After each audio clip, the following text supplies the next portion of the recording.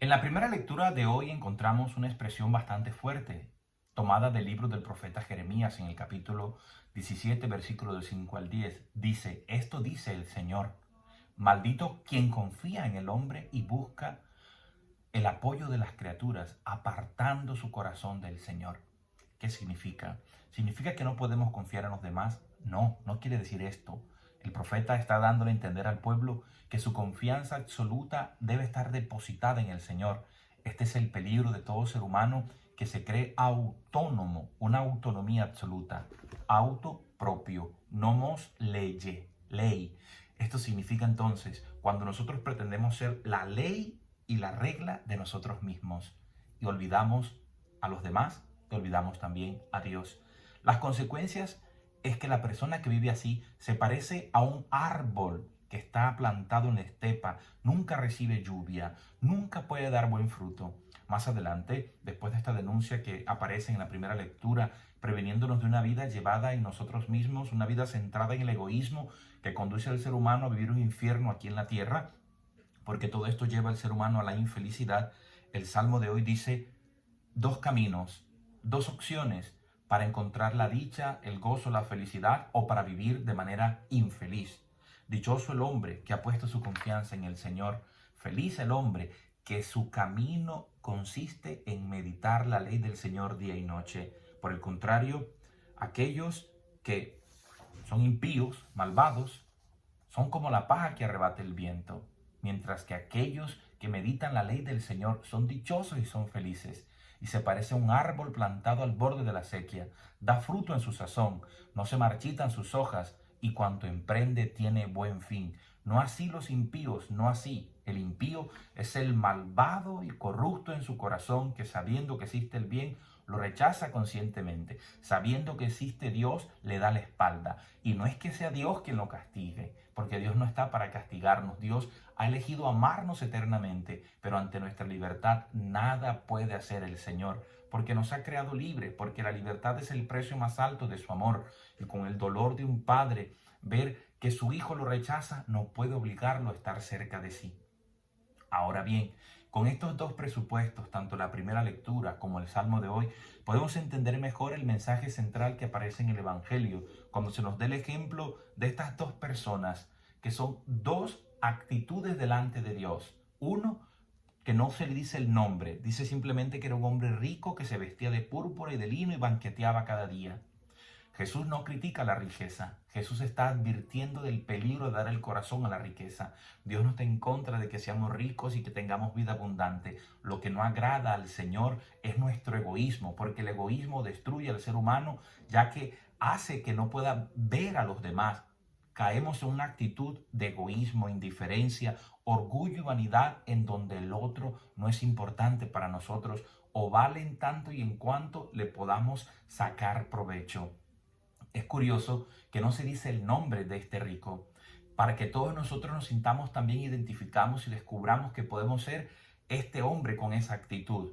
Y como él ha anulado al otro, sabe que existe un hombre pobre llamado Lázaro. Y de hecho el nombre Lázaro significa el que es ayudado por Dios, aquel que Dios defiende. Y Dios siempre toma parte. Dios siempre es parcial. Dios defiende al pobre, al menesteroso, al débil, aquel que nadie lo defiende, aquel que la sociedad anula. Los pobres en la Biblia son especialmente las viudas, los huérfanos, los forasteros y los esclavos, esos que son siempre vulnerados en sus derechos.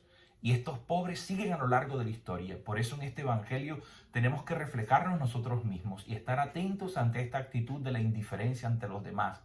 Que tengas riqueza, que tengas poder, que tengas posesiones no es un problema. El verdadero problema es el egoísmo, cuando somos indiferentes ante el dolor y el sufrimiento de los demás. Y Jesús entonces nos advierte porque nos ama, porque hoy la gente piensa que no existe el infierno. Y sí existe el infierno, sí existe la posibilidad de condenarnos para siempre. Y aquella persona que empieza a vivir en esta tierra, en el egoísmo, ya está viviendo un infierno. Quisiera compartirles una pequeña reflexión para terminar que dice así. Decimos que no hay infierno porque la infinita misericordia de Dios nos lo permite.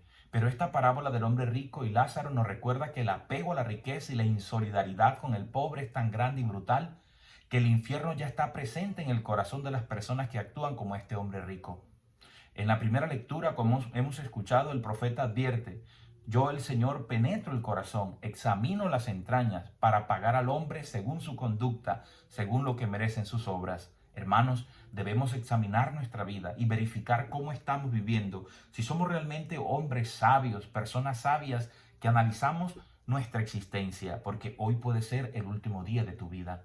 Hay en esta parábola un claro juicio sobre lo que está bien y lo que está mal en nuestra sociedad. Es un juicio muy serio ante la insensibilidad y la indiferencia humana. Sería lamentable que el texto no toque nuestra vida, como si simplemente fuera una historia, una parábola que se quedó en el ayer. Esta palabra tiene que tocar nuestra vida, nuestros corazones. No podemos andar pensando que los malos y abusadores son los demás, porque yo no soy como ese hombre rico que cuenta la parábola, que vestía de púrpura y de lino y todos los días hacía espléndidos banquetes mientras el pobre Lázaro pasaba hambre o buscaba entre la basura comer un poco del estiércol, y le daban preferiblemente la comida a los perros que a él. En este mundo encontramos personas que tratan mejor a los animales que a los seres humanos. Se continúa repitiendo la misma actitud de indiferencia ante el dolor y el sufrimiento de los demás. Si no soy capaz de criticarme y exigirme a mí mismo, ¿cómo puedo criticar a los otros? ¿Cómo reacciono ante las necesidades de los demás? ¿Soy yo aquel que está esperando que los demás sean los que den el primer paso y la iniciativa de ayudar a los otros? ¿O yo empiezo también a ayudar a los demás? El reproche que se hace al rico es no saber compartir lo que tiene con los más necesitados. Jesús no reprocha la riqueza, Jesús reprocha el egoísmo, la indiferencia. Y esta persona ha perdido incluso una oportunidad de conversión por no haber escuchado a Moisés y a los profetas, que no hacen otra cosa sino continuos pedidos de solidaridad, de amor y caridad con el pobre y el más necesitado. Su gravísimo pecado consistió en haber hecho de la riqueza su propio Dios. Cuánta gente llena de egoísmo, y también nosotros podemos caer en la misma actitud. El egoísmo humano es tan cruel que pasa por encima y olvida a las más mínimas relaciones de justicia. ¿Cómo podemos pensar que el infierno no existe ante tan inmensa y permanente injusticia? Hermanos, seamos nosotros aquellos que no buscamos una autonomía, sino una antroponomía, teonomía. ¿Qué significa esto? Aquellos que ponemos por delante el beneficio a los otros y también ponemos a Dios como aquel que regula, que rige nuestra vida. Aquí la verdadera dicha del ser humano: amar y ser amado. Podemos construir el cielo desde ya a través de nuestro comportamiento, a través de nuestras acciones. Ese árbol plantado a la orilla de un río siempre da buen fruto. ¿Cuál es ese fruto que Dios espera de ti y de mí? No es otro, hermanos, sino el amor. El amor y el amor. Ama y puedes hacer lo que quieras, porque el que ama jamás le hace daño a los demás. Jesús no está en contra de la riqueza, está en contra de hacer de la riqueza nuestro propio Dios y olvidar entonces que somos embajadores de Dios, porque el hecho de que Dios nos haya creado a su imagen, se dice en hebreo Selem, imagen significa el embajador. Tú y yo somos embajadores de Dios en la tierra. Algunos dicen: si Dios existe, ¿por qué no hace algo? Dios no ha hecho nada ante el sufrimiento de los demás. Claro que ha hecho algo, te ha hecho a ti y te ha hecho a mí, para que seamos solidarios con el que sufre, para que tengamos la mano al que está caído, para que ayudemos a los demás, para que nosotros hagamos presente a Dios mismo a través de nuestras palabras, de nuestros pensamientos y sobre todo de nuestras acciones llenas de amor. Juanca Mendoza, con Cristo, con Él, la vida es mucho más sabrosa. Chao a tutti.